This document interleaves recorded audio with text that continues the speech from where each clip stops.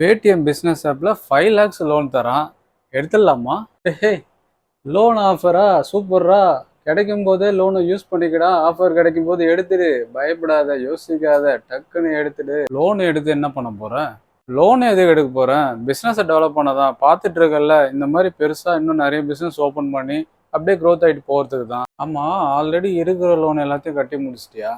இருக்கிற இஎம்ஐயை கட்ட முடியலன்னு தவிக்கிற. இப்போ இன்னொரு லோன் வேற வாங்க போறியா? இல்லை, நிறைய இஎம்ஐ இருக்கு, லோனும் நிறைய இருக்கு, அதோட இதுவும் சேர்ந்து வரப்போகுது, அவ்வளோதான். அப்புறம் என்ன டேஷ்கடா லோன் வாங்குற? இருக்கிற லோனை ஃபர்ஸ்ட் கட்டி முடி, அதுக்கப்புறமா மற்ற லோன்லாம் பற்றி யோசிக்கலாம்.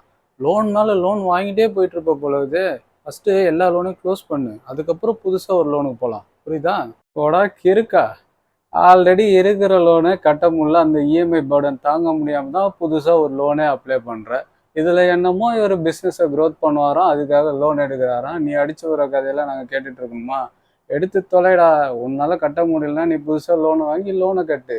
கடனை வாங்கி கடனை கட்டுறதுல தான் நீ வந்து பெரிய ஆளாயிட்டல, கட்டி தொலை. இப்போ உனக்கு சான்ஸ் இருக்கும் போதே லோனை எடுத்துரு. இதுக்கப்புறம் உனக்கு எவனும் லோன் தர மாட்டான். ஏன்னா உன்னோட சிவில் ரொம்ப ஓஹோன்னு இருக்குது, பார்த்துக்கோ. ஓகே, நான் டிசைட் பண்ணிட்டேன், லோனை எடுத்துடுறேன். வேற வழி இல்லை, லோன் கொடுக்கும்போது எடுத்தா தானே. வேணாண்டா தம்பி, மறுபடியும் லோன் வலையில போய் மாட்டிக்காத.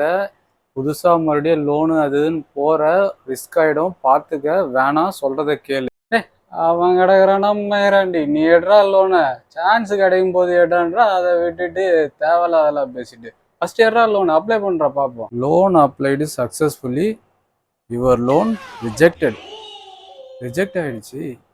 இதுக்கா இவ்வளோ கஷ்டப்பட்டோம், இவ்வளோ ஒரு போராட்டம்? இது முதல்ல சொல்லி தொலைய வேண்டியதானே. என்ன பார்க்குறீங்க? என்ன மாதிரி நிறைய பேரோட மனசாட்சி பார்த்தீங்கன்னா 2 விஷயமா யோசிக்கும், ஒன்று நல்லது, ஒன்று கெட்டது.